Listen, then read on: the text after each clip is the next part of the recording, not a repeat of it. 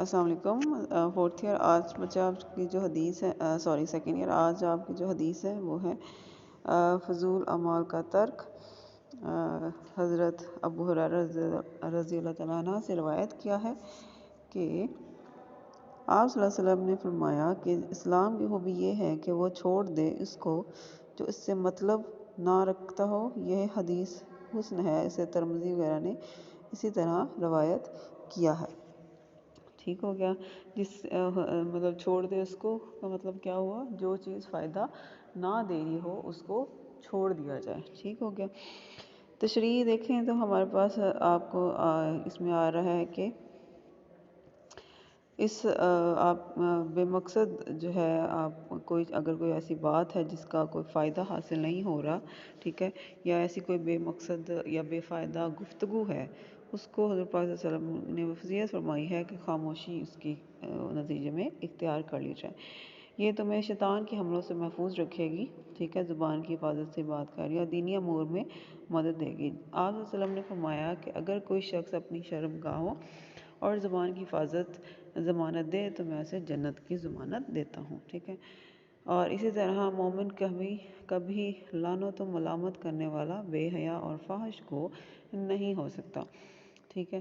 تو اس سے کیا ہمیں سبق مل رہا ہے؟ ٹھیک ہے، سبق ہمیں یہ حاصل ہوا ہے کہ حضرت محمد صلی اللہ علیہ وسلم نے فرمایا ہے کہ اگر آپ اپنی شرمگاہوں اور اپنی زبان کی ضمانت دیں۔ زبان کی ضمانت مطلب آپ کو پتہ ہے ہم نہ جانے انجانے میں بہت ساری ایسی باتیں کہے جاتے ہیں جو کہ ہمارے اسلام میں منع فرمائی ہیں، یا جس سے کسی دوسرے کو نقصان یا کسی دوسرے کا دل دکھتا ہے، ٹھیک ہے۔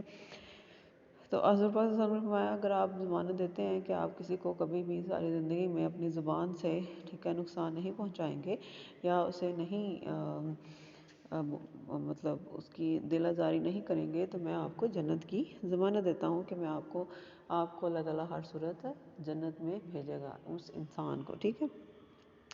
اسی طرح ہمارے پاس آگے حضرت حفصہ رضی اللہ تعالیٰ عنہ بن عمار سے روایت ہے کہ میں نے رسول پاک صلی اللہ علیہ وسلم سے پوچھا کہ یا رسول اللہ نجات کا ذریعہ کیا ہے؟ آپ صلی اللہ علیہ وسلم نے فرمایا اپنی زبان کو قابو میں رکھو، ٹھیک ہو گیا۔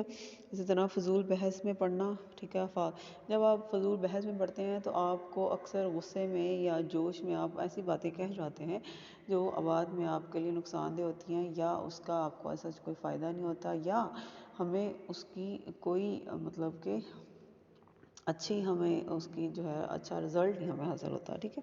تو اس لیے یہ فائدہ ہے کہ اس کا یہ ہو گیا کہ اگر آپ اس بحث میں پڑھیں ہی نہ پہلی بات، ٹھیک ہے، تو آپ کی اس میں کافی زیادہ مطلب بچت ہو جائے گی، ٹھیک ہے۔ اسی طرح لوگ اور بے فائدہ اعمال ہو گیا، ٹھیک ہے، ایسے اعمال جس کو ہمیں مطلب کہ فائدہ ہی نہیں ہے، جیسے تاش کھیلنا، ٹھیک ہے، اور اسی طرح ایسے اور دنیا میں کام کرنا جس سے صرف ٹائم ضائع ہو رہا ہے اور صرف ہم جو ہے ٹائم پاس کرنے یا لوگوں کے چکر میں آ کے، اپنے دوست احباب کے چکر میں آ کے کہ جی وہ کر رہا ہے تو میں بھی کر لیتا ہوں، یا وہ اس طرح کے کام کر رہا ہے، تو صرف ٹائم ضائع ہوا ہے اور کبھی کوئی اس سے فائدہ نہیں ہوا۔ تو ان سب سے، ایسی محفلوں سے، ایسی باتوں سے، ایسے لوگوں سے، ایسے کاموں سے جو ہے ہمیں پرہیز کرنا چاہیے۔ اسی طرح اگلی حدیث میں آپ کے پاس آ رہا ہے اسلامی اخوت کا تقاضا۔ حضرت ابو حمزہ انس بن مالک رضی اللہ عنہ سے روایت ہے، جو رسول اللہ صلی اللہ علیہ وسلم کے خادم سے روایت ہے کہ آپ صلی اللہ علیہ وسلم نے فرمایا نہیں مومن ہوتا کوئی بھی تم میں سے کامل جب تک وہ اپنے بھائی کے لیے وہی پسند نہ کرے جو اس نے اپنے لیے کرتا ہے، ٹھیک ہو گیا۔ کیا مطلب ہو گیا اس کا؟ بھائی یہاں پہ آپ کے پاس کیا آ جائے گا؟ اپنا سگا بھائی، اس کے علاوہ اپنا دوست، اس کا ہمسایہ، ٹھیک ہے، کوئی ایسا ساتھی جس کو وہ آپ بہت عزیز رکھتے ہیں، ان کے لیے، سب کے لیے یہ آ جائے گا، ٹھیک ہے۔ تشریح میں آپ کے پاس آ جاتا ہے کہ تم میں سے کوئی مومن نہیں ہو سکتا، اس سے مراد ہے کہ انسان کی آپ کے پاس بلندیاں کمالیاں ہیں کہ یعنی تم میں سے کوئی آدمی اس وقت تک وہ اچھا آدمی یا بھائی نہیں بن سکتا جب تک کہ وہ اپنے بھائی کے لیے وہی چیز یا وہی کام یا وہی بات نہ پسند کرے جس وہ اپنے لیے کرتا ہے، ٹھیک ہے۔ تو کیا ہو گیا؟ یہ ہمارے پاس مطلب یہ نہ ہو کہ امتیاز نہ ہو، امتیاز کا مطلب ہے فرق نہ ہو، ٹھیک ہے نا۔